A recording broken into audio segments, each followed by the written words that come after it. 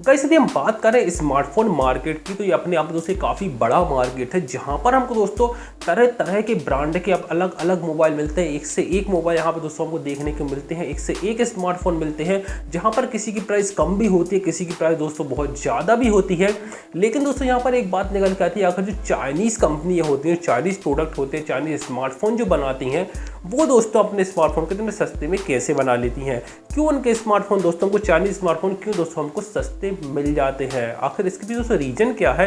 दोस्तों आज की वीडियो में इसके बारे में बात करने वाली है। आपको जानना तो वीडियो के एंड तक जरूर से देखिए। So hey guys, this is Shubham, welcome to channel the technical knowledge. Let's get started to the video.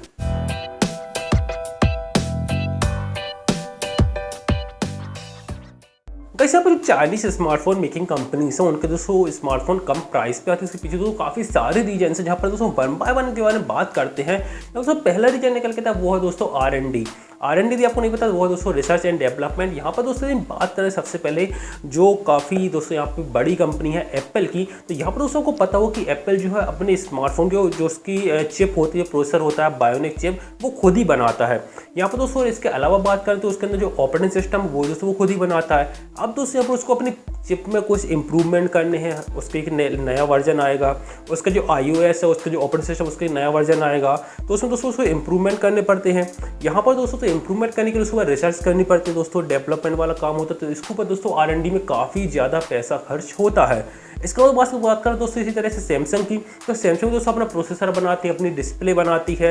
यहाँ पर दोस्तों सैमसंग के अपने कैमरा सेंसर्स होते हैं। तो इस तरीके से दोस्तों ये जो बड़ी कंपनियाँ होती हैं दोस्तों, ये अपने R&D के ऊपर काफ़ी ज़्यादा पैसा खर्च करती हैं। लेकिन हम बात करें एक चाइनीज़ स्मार्टफोन ब्रांड की, तो यहाँ पर दोस्तों उसमें क्या है कि आप देखते हैं कि वहाँ पर उन्होंने प्रोसेसर लगा दिया क्वालकॉम के या फिर दोस्तों मीडियाटेक का, कैमरा सेंसर लगा लिए सैमसंग का या फिर सोनी का, डिस्प्ले लगा ली यहाँ पर सैमसंग की। मतलब सारे जो पार्ट्स उठाए, अलग अलग कंपनीज को उठाए और उनको दोस्तों असेंबल कर दिया अपनी पीसीबी के ऊपर और बस दोस्तों उनका फ़ोन तैयार है। यहाँ पर दोस्तों मॉडल के ऊपर दोस्तों उनको थोड़ा सा यहाँ पे काम करना पड़ता है और कई बार दोस्तों मॉडल भी दोस्तों ऐसा होता है कि दूसरे की कॉपी होती है। तो यहाँ पर दोस्तों R&D का दोस्तों बहुत ज़्यादा पैसा बच जाता है इन चाइनीज़ स्मार्टफोन बनाने वाले ब्रांड्स का। अब दोस्तों यहाँ पर हम सेकंड रीजन की बात करें वो दोस्तों लेबर कॉस्ट। दोस्तों आपको तो पता है कि जो चाइना है वहाँ पे काफ़ी ज़्यादा पॉपुलेशन बहुत ज़्यादा, उसकी वजह से तो वहाँ बेरोजगार भी बहुत ज़्यादा है। तो यहाँ पर दोस्तों क्या होता है कि वहाँ पर लेबर जो है वो काफ़ी कम प्राइस पे हमको मिल जाते हैं, काफ़ी कम सैलरी पर दोस्तों काम करने के लिए तैयार हो जाते हैं। तो यहाँ पर दोस्तों ये भी एक मेजर रीज़न है कि जिसकी वजह से दोस्तों क्योंकि उनको लेबर कॉस्ट कम देनी पड़ती है, तो यहाँ पर दोस्तों स्मार्टफोन मेकिंग कंपनियों को यहाँ भी प्रॉफिट हो जाता है, तो जिससे दोस्तों उनके स्मार्टफोन सस्ते बन जाते हैं।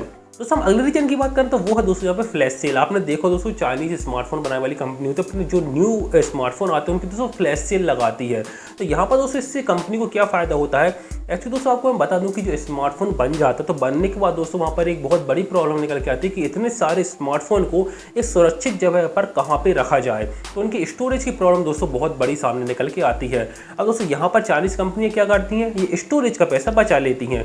वो ऐसे बचाती हैं कि यहाँ पर दोस्तों उन्होंने देखा कि एक हफ्ते में उनके कुछ स्मार्टफोन बन गए, तो एक हफ्ते बाद या 2 हफ्ते बाद दोस्तों जितने स्मार्टफोन बने उन्होंने दोस्तों उसकी फ्लैश सेल कर दी और दोस्तों यहाँ पर सारे स्मार्टफोन यहाँ पे बिक जाते हैं, जिससे दोस्तों उसको स्टोर करने के लिए अलग से वेयर हाउस वगैरह का दोस्तों यहाँ पे खर्चा नहीं देना पड़ता। तो स्टोरेज का बहुत ज़्यादा कॉस्ट दोस्तों यहाँ पर चाइनीज स्मार्टफोन कंपनी का बच जाता है।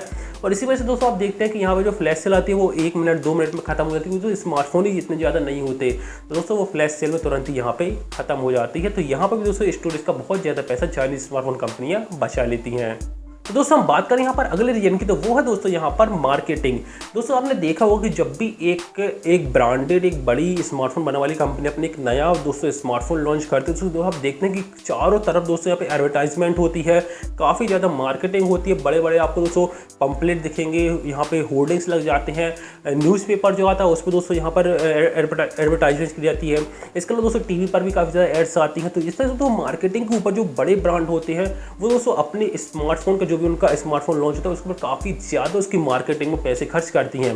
लेकिन यहाँ पर बात करें दोस्तों कोई चाइनीज़ स्मार्टफोन की, यहाँ पर दोस्तों सपोज मानते हैं 8-10 हज़ार रुपये का स्मार्टफोन है, उसके अब देखना दोस्तों इतनी ज़्यादा उसकी मार्केटिंग नहीं की जाती कि वहाँ पर न्यूज़ में या फिर टीवी पे या फिर दोस्तों उसके बड़े बड़े बैनर लगे हुए, तो ऐसा कुछ नहीं होता। वो दोस्तों यहाँ पर मार्केटिंग करते हैं लेकिन उसमें काफ़ी कम पैसा लगाते हैं। यहाँ पर दोस्तों क्या करते हैं कि जो इंटरनेट पर है वहाँ पर दोस्तों सोशल मीडिया के ऊपर या फिर दोस्तों जैसे यूट्यूब के ऊपर इस तरीके से दोस्तों यहाँ पे मार्केटिंग करते हैं, कम बजट पे दोस्तों मार्केटिंग करते हैं। तो यहाँ पे भी दोस्तों उनका काफ़ी सारा पैसा जो है दोस्तों सेव हो जाता है। दोस्तों अब हम बात करें यहाँ पर अगले रीजन की, वो है दोस्तों अपने स्मार्टफोन में एड्स का आना। दोस्तों आपने देखा हो जो चाइनीज स्मार्टफोन मेकिंग कंपनी होती है वो दोस्तों अपना कस्टम ओएस बनाते हैं और उसके बाद दोस्तों से स्मार्टफोन में काफ़ी ज़्यादा एड्स भी हमको देखने को मिलती हैं।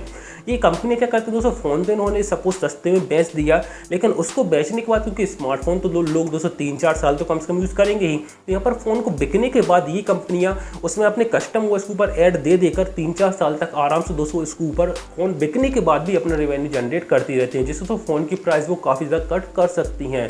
इससे दोस्तों वो फ़ोन की जो प्राइस कट हो जाती है और हमको सस्ते मिल जाता है, क्योंकि फ़ोन बिकने के बाद भी उन एड्स के थ्रू उनके पास दोस्तों काफ़ी ज़्यादा पैसा आता रहता है। यहाँ पर दोस्तों आपने देखा होगा कि जो भी बड़ी कंपनियाँ होती है, जैसे एप्पल का आप देखो तो iOS में हमको ऐड देखने को नहीं मिलती, सैमसंग में देखो दोस्तों यहाँ पे ऐड देखने नहीं मिलती, यहाँ तक कि दोस्तों एंड्रॉइड के यदि हम स्टॉक एंड्रॉइड देखो उसमें दोस्तों कोई हमको यहाँ पे एड्स देखने को नहीं मिलती, क्योंकि ये दोस्तों ये एड्स वगैरह से ये लोग इतना पैसा नहीं कमाते, क्योंकि उनको ही पता है कस्टमर इन एड्स से इरिटेट होता है, तो वो दोस्तों यहाँ पर कस्टमर सेटिस्फिकेशन के ऊपर ज़्यादा दोस्तों यहाँ पे फोकस करते हैं। तो यहाँ पर दोस्तों इसलिए वो जो स्मार्टफोन है वो तो एड्स से कुछ ऐसा पैसा कमाते नहीं, तो उनके फ़ोन दोस्तों यहाँ पर महंगे ही रहते हैं। लेकिन दोस्तों चाइनीज़ स्मार्टफोन है वो दोस्तों अपने प्राइस को इस तरीके से कम कर देते हैं और यहाँ से दोस्तों एक नया रेवेन्यू जनरेट करते रहते हैं। तो दोस्तों ये थे कुछ रीजन जिनकी वजह से दोस्तों चाइनीज़ स्मार्टफोन हमको कम प्राइस में मिल जाते हैं।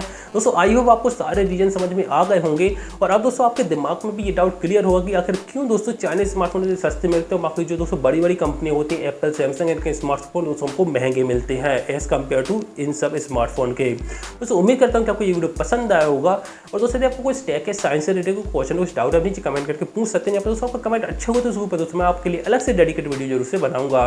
दोस्तों यदि आपको वीडियो पसंद है please like comment share subscribe कर दीजिए और साइड में जो बेल आइकन है उसको भी प्रेस कर दीजिए। आपसे मिलता हूँ अगली वीडियो में, तब तक के लिए बाय बाय।